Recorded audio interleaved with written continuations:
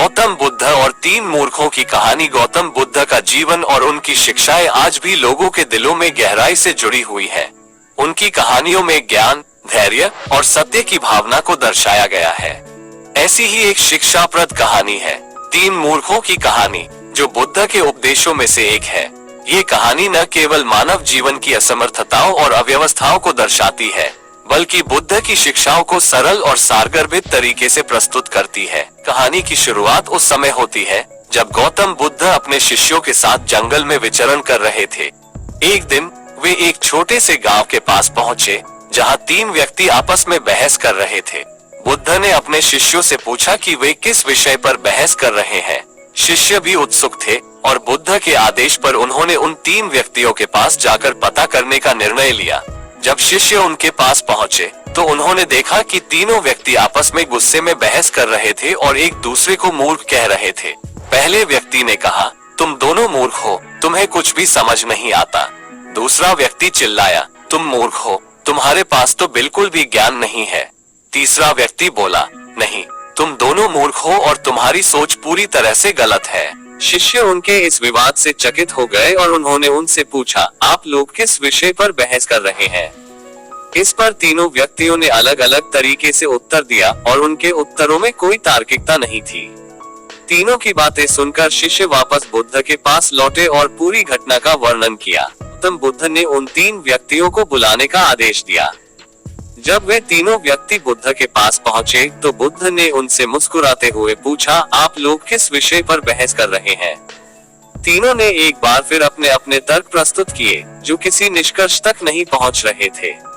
बुद्ध ने ध्यान से उनकी बातें सुनी और फिर धीरे धीरे बोले, आप तीनों ही अपनी जगह सही हो सकते हैं, लेकिन ये तभी संभव है जब आप एक दूसरे को समझने की कोशिश करें। और बुद्ध ने उन तीनों से एक कहानी सुनाने का प्रस्ताव रखा। उन्होंने कहा, मैं तुम्हें एक उदाहरण देता हूँ। एक बार एक गांव में तीन अंधे आदमी रहते थे। एक दिन गांव में एक हाथी आया। गांव के लोग उस हाथी को देखने के लिए इकट्ठा हुए। अंधे आदमी भी उत्सुक थे कि वह हाथी कैसा दिखता है, लेकिन चूंकि वे देख नहीं सकते थे, इसलिए उन्होंने हाथी को छूकर उसकी विशेषताएं जानने का निर्णय लिया। पहला अंधा आदमी हाथी की पूंछ को छूता है और कहता है, हाथी एक रस्सी के जैसा होता है।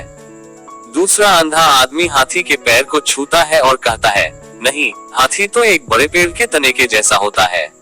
तीसरा अंधा आदमी हाथी के पेट को छूता है और कहता है, तुम दोनों गलत हो, हाथी तो एक दीवार के जैसा होता है। बुद्ध ने आगे कहा, अब बताओ, क्या वे तीनों व्यक्ति सही थे? तीनों व्यक्तियों ने एक दूसरे की ओर देखा और फिर बुद्ध से कहा, हाँ, वे सभी सही थे, लेकिन उनकी समझ सीमित थी। वे केवल उस हिस्से को ही जान पाए जिसे उन्होंने छुआ था।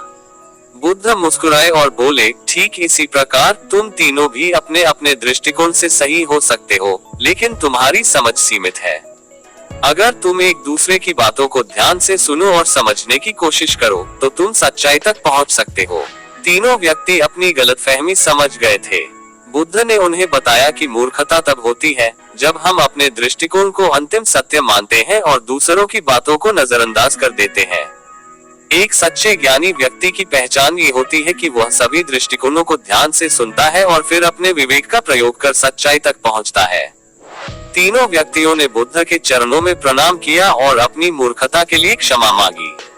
बुद्ध ने उन्हें आशीर्वाद दिया और कहा, अब जब तुम अपनी मूर्खता को पहचान गए हो, तो तुम अब मूर्ख नहीं रहे। याद रखना, सच्ची समझ तब आती है जब हम अपनी गलतियों को पहचानते हैं और उन्हें सुधारने की कोशिश करते हैं। शिक्षा गौतम बुद्ध की इस कहानी से हमें यह महत्वपूर्ण शिक्षा मिलती है कि हमें कभी भी अपने दृष्टिकोण को अंतिम सत्य नहीं मानना चाहिए।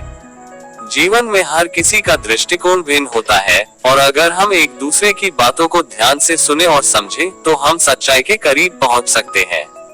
मूर्खता तब होती है जब हम केवल अपनी ही बात को सही मानते हैं और दूसरों की बातों को अनदेखा कर देते हैं। गौतम बुद्ध ने ये भी सिखाया कि सत्य की खोज के लिए धैर्य, सहनशीलता और खुले दिल से संवाद आवश्यक है। जब हम दूसरों की बातों को सुनने के लिए तैयार होते हैं, तभी हम ज्ञान के मार्ग पर अग्रसर हो सकते हैं। तीन मूर्खों की यह कहानी हमें सिखाती है कि जीवन में हमें अपने दृष्टिकोण को सही मानने से पहले दूसरों की बातों को भी ध्यान से सुनना चाहिए। सच्चा ज्ञान तभी प्राप्त होता है जब हम अपने दृष्टिकोण को व्यापक बनाते हैं और सभी पक्षों को समझने की कोशिश करते हैं। गौतम बुद्ध की यह कहानी आज के समय में भी प्रासंगिक है, जब लोग अपने मतों और विचारों में उलझे रहते हैं और दूसरों की बातों को सुनने के लिए तैयार नहीं होते। गौतम बुद्ध के उपदेश हमें ये सिखाते हैं कि सच्ची समझ तब होती है जब हम अपनी सीमाओं को पहचानते हैं और दूसरों के विचारों को अपनाने के लिए तैयार होते हैं।